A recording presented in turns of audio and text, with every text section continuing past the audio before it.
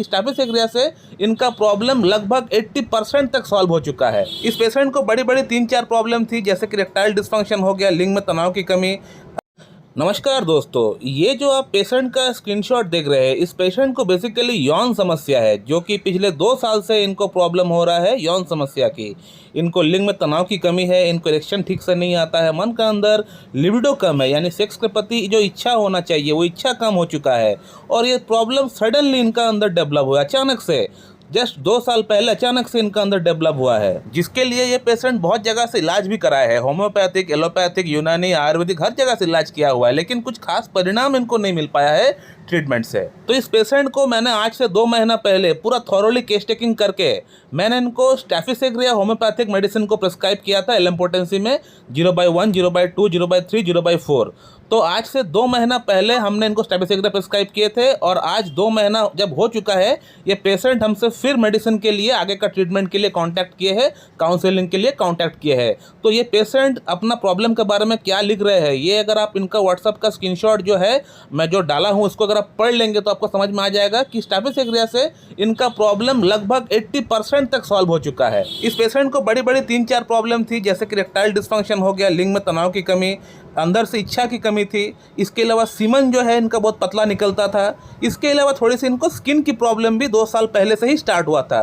थोड़ा सा psoriatic type जो स्किन डिजीज होता है, उस तरह का थोड़ा सा इनको स्किन डिजीज भी इनको हो रखा है पिछले 2 साल से। और इस पेशेंट का सिर्फ 2 महीने का कॉन्स्टिट्यूशनल होम्योपैथिक ट्रीटमेंट से बहुत बढ़िया इंप्रूवमेंट आ चुका है। 80% तक इनको इंप्रूवमेंट हो चुका है। इरेक्टाइल डिस्फंक्शन कह लीजिए, लो लिबिडो कह लीजिए, ऑर्गेज्म कह लीजिए, आपका सीमन का क्वालिटी कह लीजिए, हर एस्पेक्ट में इनको इंप्रूवमेंट आ चुका है। इवन कि इनका जो स्किन का प्रॉब्लम था वहां भी इनको थोड़ी बहुत इंप्रूवमेंट आ चुका है। अब ये पेशेंट मेरे पास आने से पहले कुछ मेडिसिन वो सेल्फ मेडिकेशन के तौर पे भी इस्तेमाल किए थे, like lycopodium, selenium, caladium, agnus castus, आपका डामिया प्लांट, डामियाना, R41, ये जो मेडिसिन होती है जो बताते हैं यूट्यूब में, ये मेडिसिन भी ये इस्तेमाल किए थे सेल्फ मेडिकेशन के तौर पर, लेकिन इनको कुछ खास परिणाम वहां से भी नहीं मिल पाया है। अब सवाल ये आता है कि स्टैफिलोकोकस से ही क्यों इनको इतना अच्छा इंप्रूवमेंट हो गया। इतने सारे मेडिसिन तो ये खुद भी लिए थे, कुछ होम्योपैथिक डॉक्टर से भी वो इलाज किए थे, तो वो भी कुछ मेडिसिन इनको दिए होंगे, तो इन सभी मेडिसिन से क्यों इनको कुछ फायदा नहीं हो पाया, जबकि स्टैफिलोकोकस से इतना अच्छा इंप्रूवमेंट आ गया। तो इसका आंसर बड़ा सिंपल है। इसका आंसर यही है कि रोगी के रोग के नाम पर होम्योपैथी में कोई मेडिसिन नहीं दिया जाता है। पेशेंट को गैस की प्रॉब्लम है, लाइकोपोडियम, चाइना नक्स दे दीजिए। पेशेंट का घुटने में दर्द है, रूटा रस्टक दे दीजिए। पेशेंट को यौन समस्या है, एग्नस कैस्टस, सिलेनियम, कैलाइडियम दे दीजिए।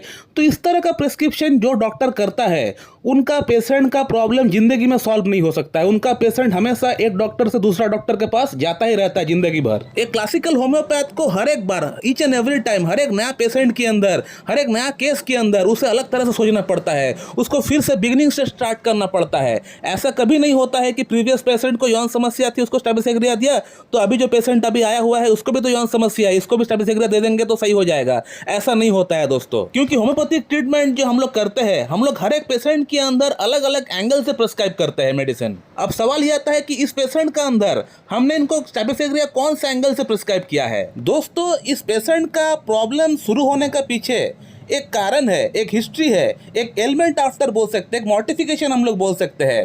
तो ये प्रॉब्लम जो शुरू हुआ है इनका, ये शुरू होने का पीछे एक कारण है, और ये कारण भी आज से 2 साल पहले ही हुआ था।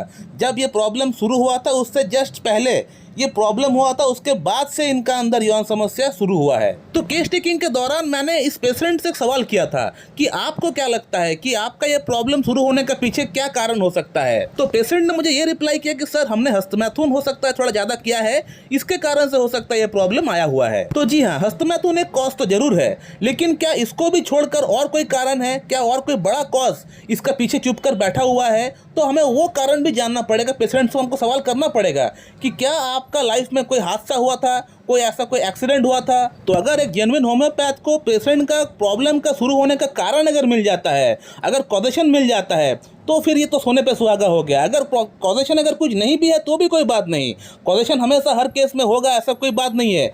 लेकिन अगर कॉजेशन अगर मिल जाता है, अगर कोई केस में कॉजेशन है, कोई बड़ा एलिमेंट आफ्टर है, तो अगर मिल जाता है तो फिर ये बहुत ही बड़ी बात है, बहुत ही अच्छी बात है। पेशेंट के लिए ये भी अच्छी बात है, डॉक्टर के लिए भी अच्छी बात है, क्योंकि पेशेंट का प्रॉब्लम को सॉल्व करना फिर उसके लिए फिर कोई बड़ी बात नहीं रहेगी। ये यौन समस्या क्या, इससे भी बड़ी बड़ी प्रॉब्लम हम लोग ठीक कर सकते हैं। ऐसे ऐसे प्रॉब्लम ठीक कर सकते हैं जिस प्रॉब्लम को ठीक करने के बारे में एलोपैथिक डॉक्टर सोच भी नहीं सकते हैं। तो फर्दर पेशेंट से बात करने के बाद, केस में इन्वेस्टिगेशन करने के बाद मुझे ये पता चला कि आज से 2 साल पहले पेशेंट का बड़े भैया का शादी हुआ था और पार्टी के दिन इन्होंने काफ़ी ज़्यादा अल्कोहल कंज्यूम कर रखा था, जिसके कारण से इनका फादर ने इनको भरी सभा में सबके सामने इनको स्लैप लगाया था, थप्पड़ लगाया था और इंसल्ट करके इनको वहाँ से भेज दिया था। तो इस पेशेंट को बहुत ज़्यादा इंसल्टेड फील होना पड़ा कि पिताजी ने सबके सामने थप्पड़ लगा दिया, खरी खोटी सुना दिया और उनको वहाँ से तबाह कर दिया। इनको गुस्सा भी बहुत ज़्यादा आ रहा था पिताजी के ऊपर, लेकिन आखिरकार वो क्या कर सकते, पिताजी है, वो रिटालिएट नहीं कर सकते उनका ऊपर, तो गुस्सा को भी इनको पीना पड़ा। और इस पेशेंट ने अगला 2 दिन के लिए अपने आप को कमरे में बंद कर रखा था, कैद कर रखा था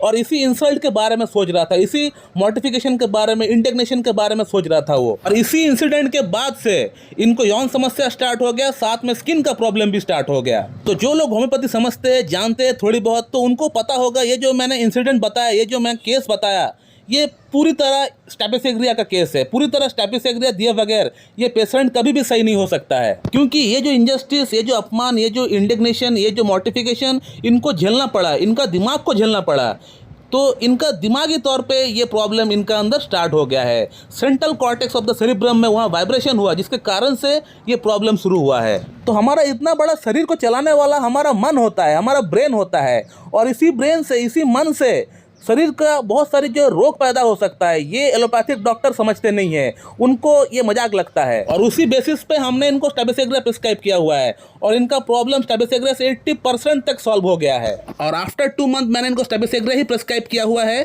0/6, 7, 8, 9। देखते हैं और इनको कितना इंप्रूवमेंट होता है। इरेक्टाइल डिस्फंक्शन में तो इनको 80% अभी इंप्रूवमेंट हुआ है, पूरी तरह इंप्रूवमेंट हो जाएगा, मेरा ये मानना है। स्किन डिजीज में कितना इंप्रूवमेंट होता है ये देखने वाली बात है। दोस्तों, मैं इस वीडियो को यहीं पेंट करना चाहता हूँ। So thank you very much and have a good day.